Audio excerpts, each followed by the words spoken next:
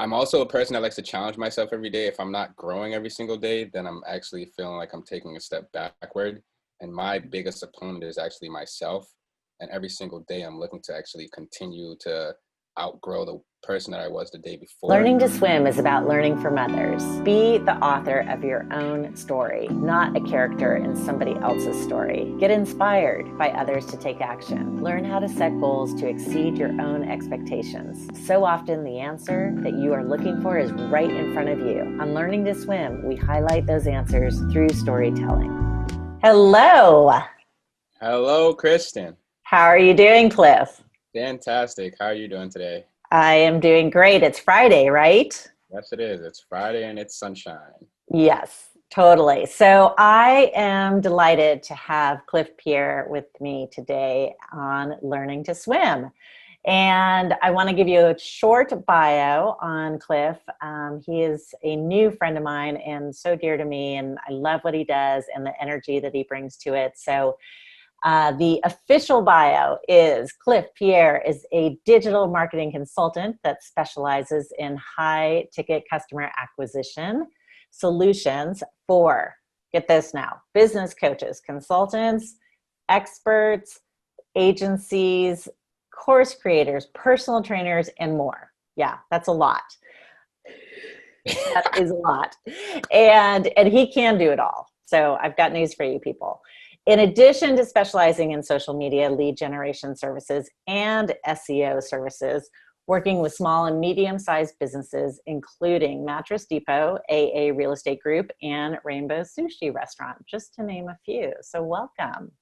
Thank you for the invite, and it's an honor to be on here to teach people how to swim, or learning how to swim. Learning to swim. So this is the way that this works is I have questions that I'm going to ask you. You have not seen these questions, and these questions were actually created a while ago. So they are pre-COVID questions, which I think is very interesting when I circle back on them now. So starting with question number one, what does resilience mean to you? Resilience is a person that can endure situations and actually see the light at the end of the tunnel and still kind of persevere. That's what resilience means to me, and kind of knowing what your end goal is. Nice. And then what does failure look like to you? Failure is not necessarily having something go according to plan, but being able to pick yourself back up to learn from that mistake and take every single failure as a learning experience. Yeah, absolutely. And so one of the things that when I think about resilience, when I think about learning from failure, or, there's kind of a failing forward is a way of describing of learning from your failures. I think that our curiosity is a really important attribute when we talk about these things. So, and I also think a lot about creativity and problem solving, and I think that curiosity relates to those other topics too. So I would say, because in my experience, you're an amazing problem solver and you are a very creative thinker. So how do you remain curious? I'm like a book, and I'm like learning every single day. There's so much information that I'm consuming. It's like you pick up a book. I'm also a person that likes to challenge myself every day. If I'm not growing every single day, then I'm actually feeling like I'm taking a step backward. And my biggest opponent is actually myself. And every single day, I'm looking to actually continue to outgrow the person that I was the day before. And that all starts with that learning process. So it's really spending the time to know who you are, figuring out what your weaknesses are, and figuring out what areas where you can improve, but not necessarily pointing out the weaknesses as a negative thing, just really focusing on your strengths and continuing that journey and never, ever stop learning is kind of one of my mottos, and I never stop learning.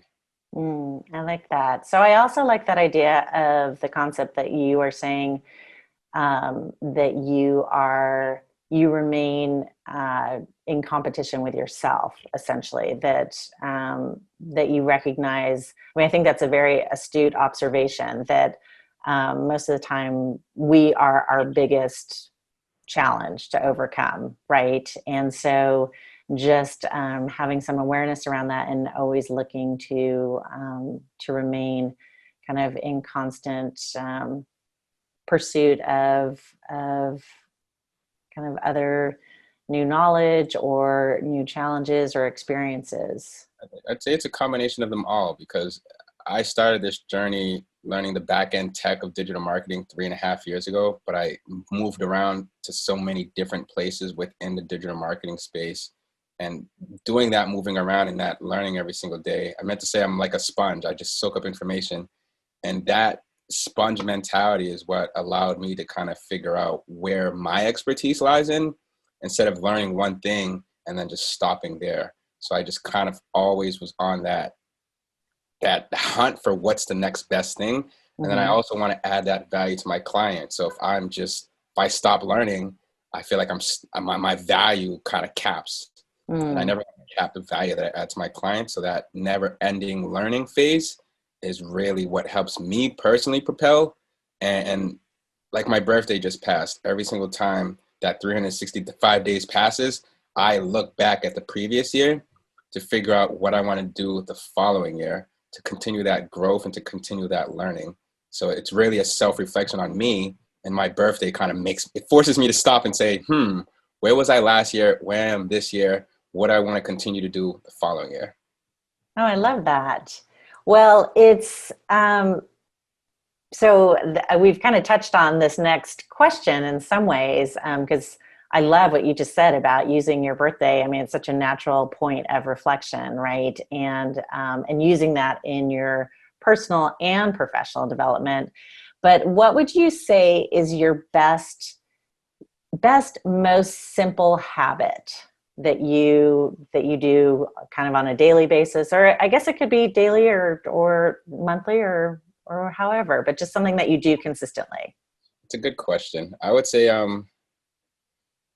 there are a lot of things I do consistently. One of them is just building habits that help me kind of continue to grow. I follow a lot of mentors. It's not just one mentor for me. So for me, it's, I don't know. That's a really good question. I don't know if there's one thing that I do every single day.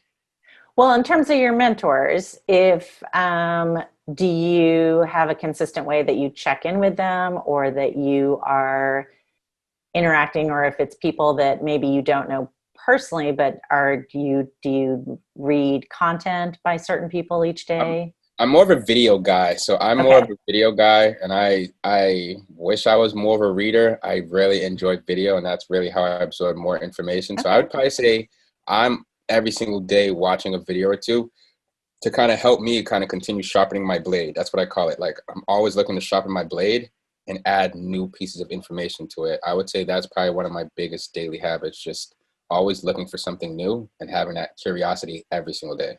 Okay, that's awesome.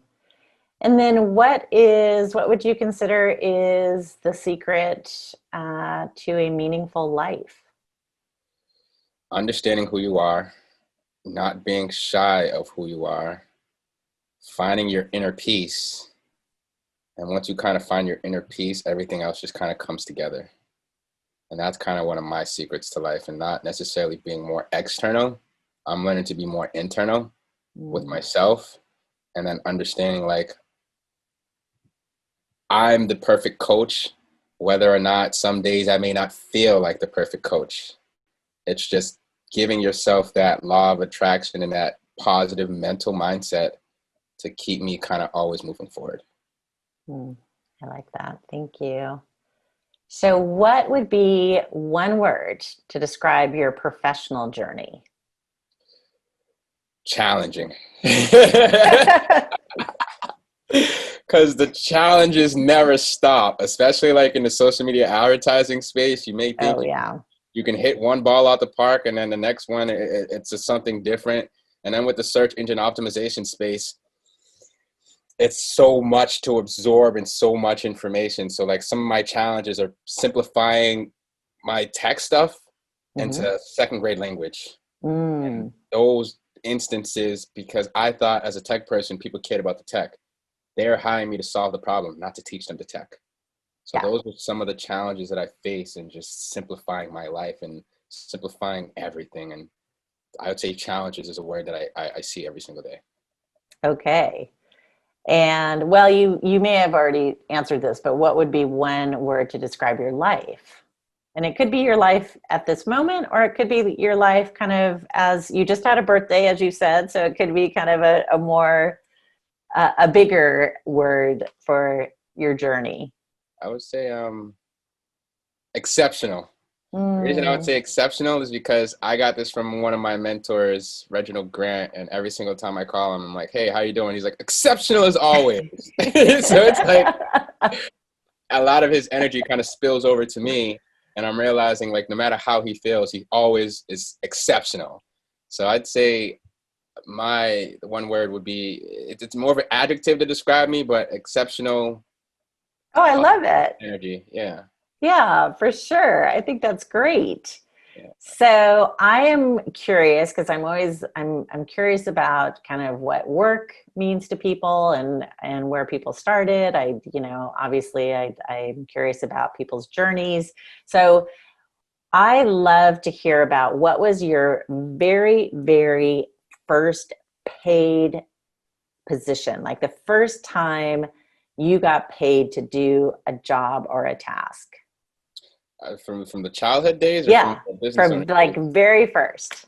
I was a camp counselor or like a counselor in training. So they called it like a CIT, counselor in training. It was like a summer job as a kid. And it was like a day camp that I went to as a child. And that day camp, we went to the day camp till we were 14. Then they give you a job as a counselor in training. So that was kind of like my first experience of a job, getting a paycheck, having money in your pocket. That was like my first experience. And it was a day camp. So it was 2.5 months every single summer. And then my Yeah. first real job was at Staples. I was a Okay. sales associate at Staples, and that was like my first real job. Awesome.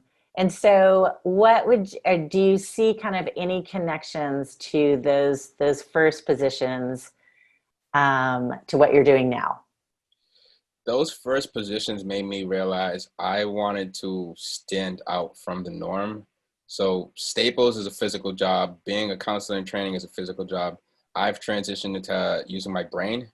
And Hmm. when you have a job where it's all up here, I can literally take my computer anywhere in the world and I can work from anywhere in the world because my job is more mental and it's strategy, consulting, and all those other things. So I wanted to transition from having to be in a physical place to work to Hmm. being able to just open up my laptop and work anywhere in the world.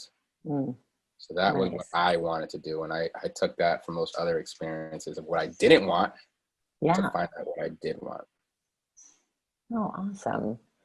And so, what would you consider to be your what I so what is your in plain sight talent?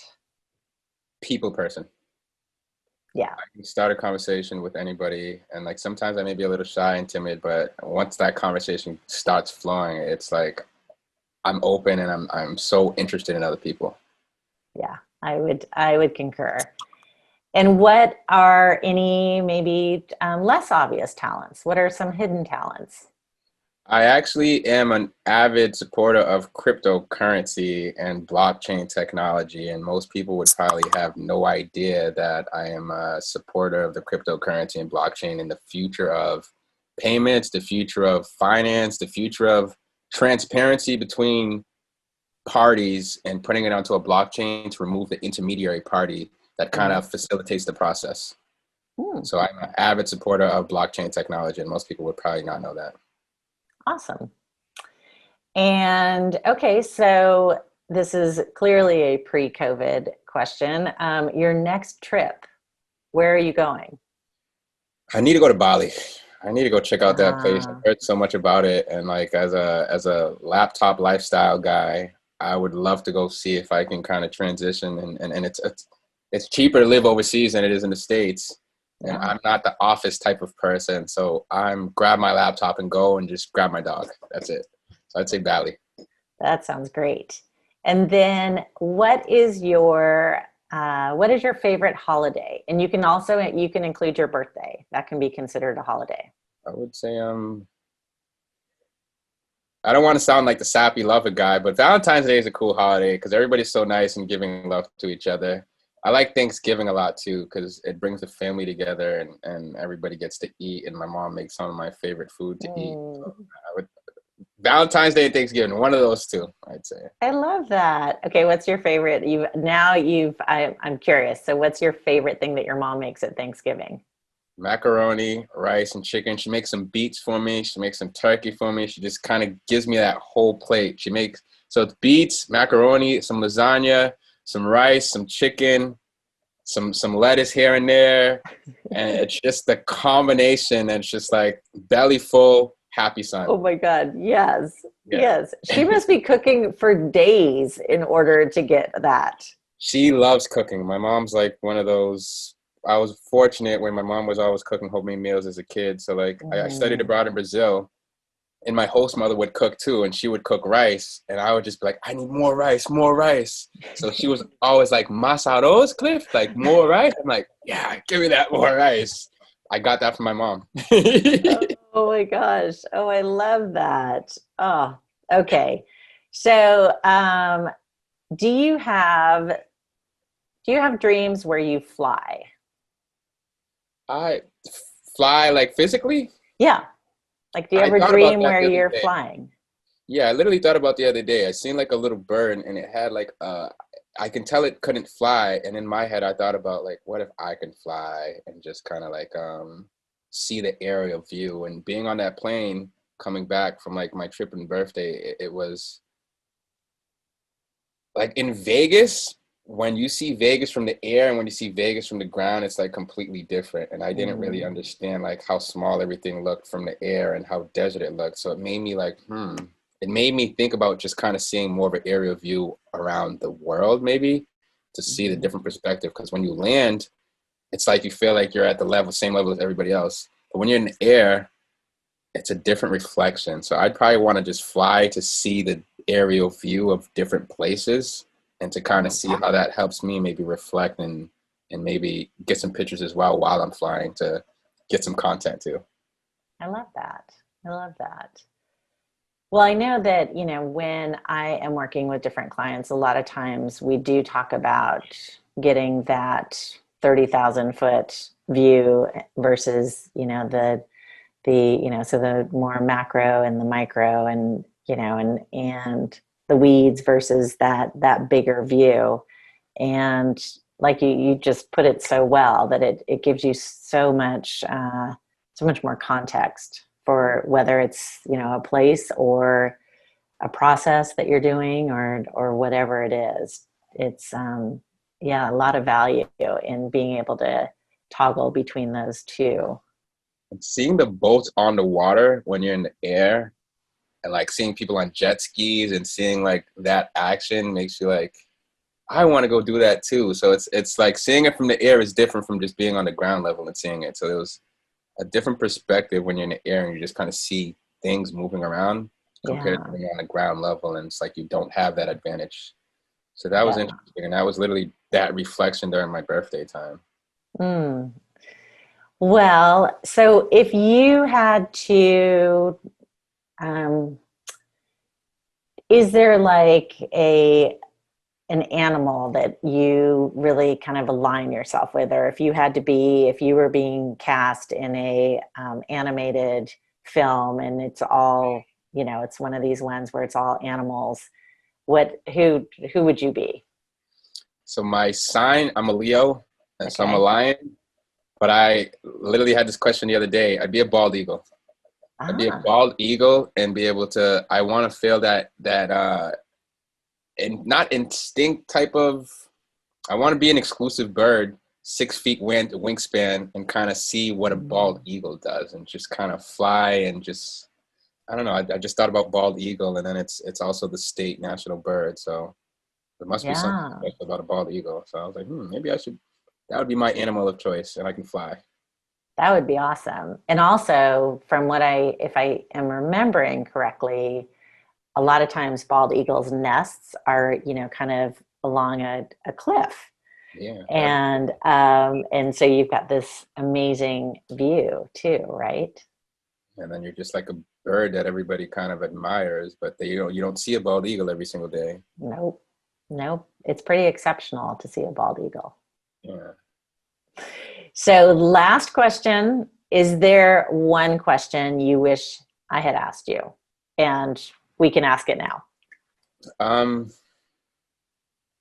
would say, I don't know, that's a really good question too. One question would be, what motivates you? Okay. What motivates you, Cliff Pierre? What motivates me is growth.